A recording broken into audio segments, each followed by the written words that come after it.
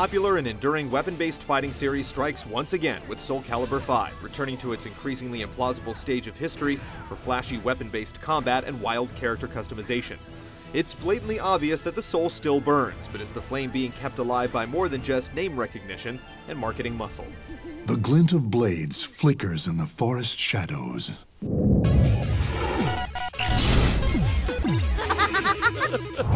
Your mother's murderer, sister's abductor, stands before you. Set 17 years after the fourth installment, SoulCalibur 5 tells the tale of various men and women who fight to serve or oppose the will of two legendary sentient swords.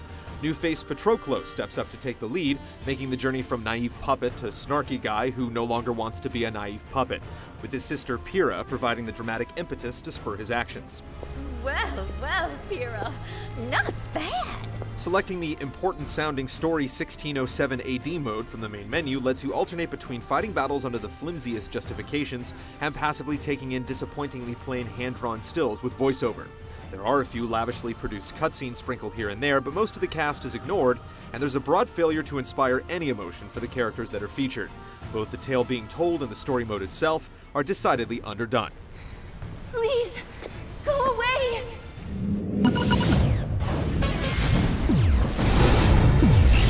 Care to dance with me?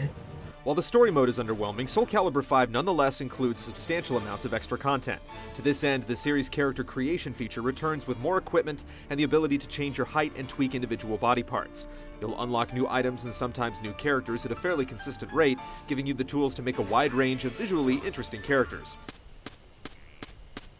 There's a lot of variety in terms of aesthetics and fighting styles, but the opportunities available for the resultant spate of custom warriors are generally limited to endless fighting without much variation. Whether you're playing versus matches, arcade mode, legendary souls mode, or quick battle, which simulates arcade-style throwdowns with a huge pool of customized opponents, the procedure is pretty much the same: slash, smash, and win. Compared to the recent feature-rich Mortal Kombat and even past SoulCalibur games, which feature single-player diversions that departed at least a bit from the standard gameplay, SC5 feels a bit lacking. My head, it hurts. Fortunately, the game is able to make amends to a great extent by delivering impressive online play.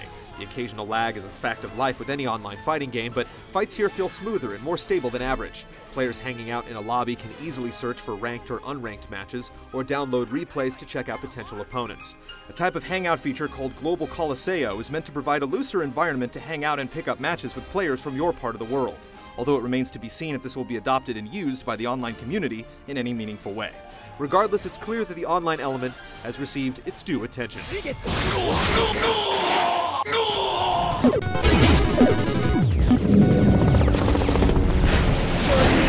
Discipline!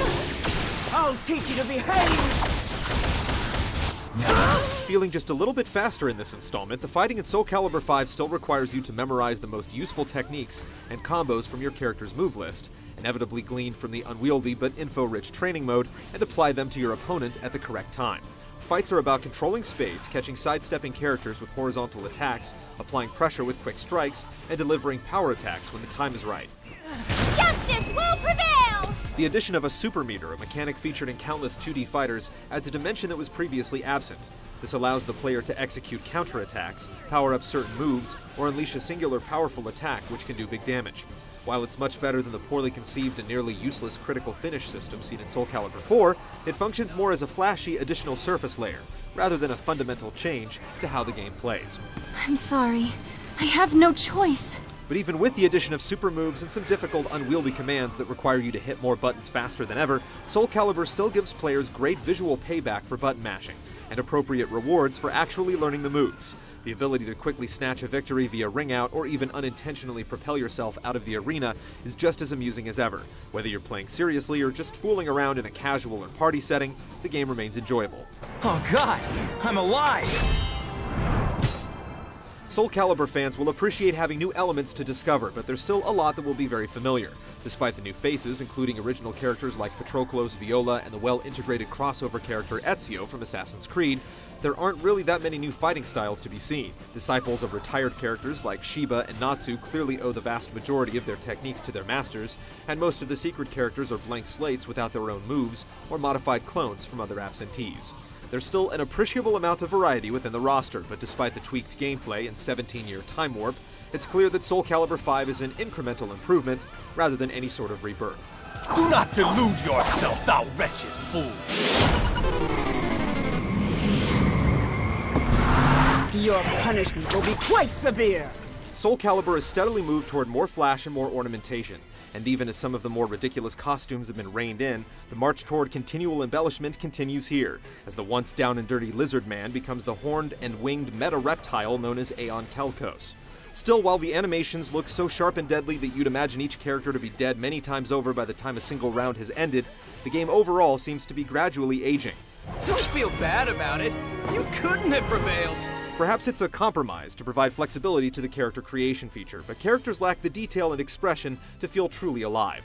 Where games like Street Fighter have moved to make combatants seem as if they've leapt from the pages of a highly stylized comic book, the fighters here have clearly just stepped out of a 3D modeling program.